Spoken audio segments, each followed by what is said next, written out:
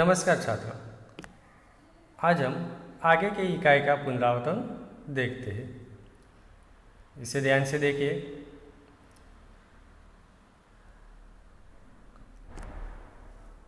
इकाई नंबर 7 हमने पढ़ी थी, जिसके अंदर वाहनों के बारे में हमने सीखा था। यहाँ एक बार फिर से इसे याद कर लेते हैं। वाहन का उपयोग हम कहाँ करते हैं? एक स्थान से दूसरे स्थान जाने के लिए। तो आइए, कौन कौन से वाहन ऐसे हैं जिसका उपयोग हम करते हैं। पहला चित्र देखिए, ये क्या है? एक घोड़ा है जो अपनी गाड़ी खींच रहा है, यानी घोड़ा गाड़ी। ठीक है। इसके बाद क्या है? इसे तो आप सब पहचानते हैं, बस। बस से हम सवारी करते हैं ना। फिर है रिक्शा, 3 पहिए वाली होती है। रिक्शा में भी हम सवारी करते हैं। इसके बाद है मोटर कार, ये भी आपने देखी होगी। फिर है साइकिल, साइकिल तो आप चलाते ही होंगे। इसके बाद है ट्रक, बैलगाड़ी, बैलगाड़ी है वो कौन खींचता है? बैल, बैल यानी बड़द। इसके बाद है रेलगाड़ी, ये पटरियों पर चलती है। स्कूटर और हवाई जहाज, हवाई जहाज है आसमान में उड़ता है। ठीक है। तो ये यातायात के कुछ साधन यहाँ पर दर्शाए गए हैं। इसके अलावा भी आपने देखे होंगे, जैसे हेलीकॉप्टर है, नौका है, जहाज है जो पानी में चलते हैं, ऐसे यातायात के साधन है। ठीक है। तो ये सारे यातायात के साधन वाहन हुए जिसका उपयोग हम एक स्थान से दूसरे स्थान जाने के लिए करते हैं। अब यहाँ पर आगे एक कविता हमने पढ़ी थी, कविता घड़ी। इसमें क्या बताया है? घड़ी के बारे में कहा है। घड़ी कैसे चलती है, क्या करती है, हमें क्या सिखाती है, ये सारी बातें इसमें हमने सीखी थी। एक बार फिर से इसे दोहराते हैं। टिक टिक करती चलती घड़ी, आराम कभी न करती घड़ी। घड़ी है वह टिक टिक करके चलती है और कभी आराम नहीं करती। सुबह सबको जगाती घड़ी, समय का ज्ञान कराती घड़ी। सुबह हम सबको कौन जगाता है? घड़ी जगाती है। घड़ी में समय देखकर हम जागते हैं। समय का ज्ञान कराती है, कितने बजे है, कितना समय हुआ है, वह हमें घड़ी के माध्यम से ही पता चलता है। चलते रहो यह सीख देती घड़ी। घड़ी हमें क्या सीख देती है? घड़ी चलते रहने का सीख देती है। हमेशा चलते रहो, जिस तरह से घड़ी हमेशा चलती रहती है, कभी रुकती नहीं है, वैसे ही हमें भी आगे ही चलते रहना चाहिए। वक्त की शान सिखाती घड़ी, वक्त यानी समय, समय की शान, समय का क्या मूल्य है वह सिखाती है। समय को समझाती है घड़ी, समय को समझाती भी है। टिक टिक करती चलती घड़ी। घड़ी कैसे चलती है?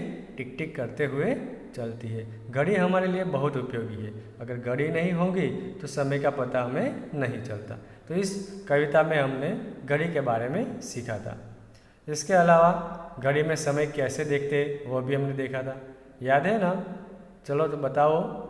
यहाँ पर घड़ी के 4 चित्र है, 1, 2, 3 और 4। पहले चित्र में कितने बजे है कि आपको किस तरह से समय देखना था?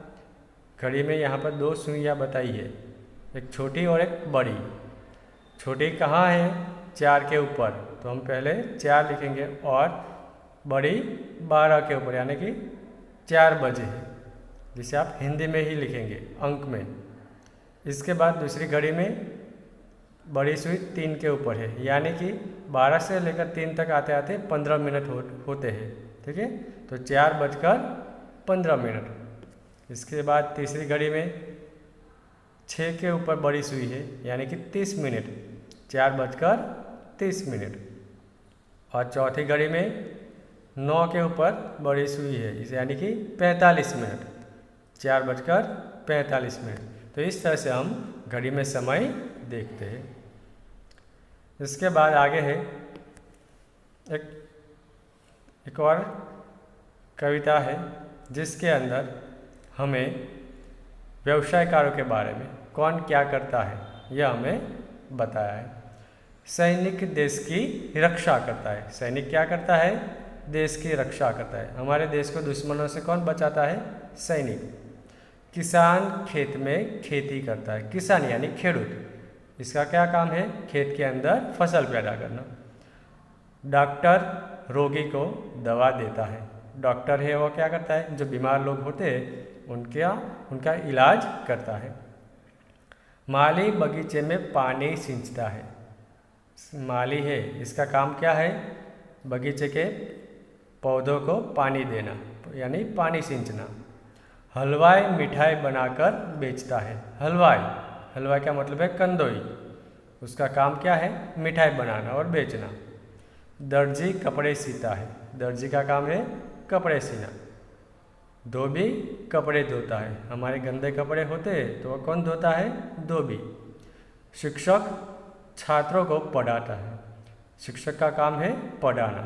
छात्र यानी विद्यार्थियों को पढ़ाता है। डाकिया डाक बांटता है। डाकिया यानी टपाली। डाक और डाक यानी टपाल। बांटना यानी वेचू। टपाली टपाल वेचे छे। तो यहाँ पर सैनिक, किसान, डॉक्टर, माली, हलवाई, दर्जी, धोबी, शिक्षक और डाकिया के बारे में बताया है। यह भी हमने सीखा था। यहाँ पर हमने इसका पुनरावर्तन किया। तो ये जितने भी इकाइयों का पुनरावर्तन किया है, ये सारी इकाई आप एक बार फिर से पढ़िए और इसके प्रश्न आपने लिखे नोटबुक में, इसे ध्यान से पढ़िए। ठीक है, इसमें से आपको कुछ लिखना नहीं है, ध्यान से देखना है और तैयार करना है। ओके, धन्यवाद।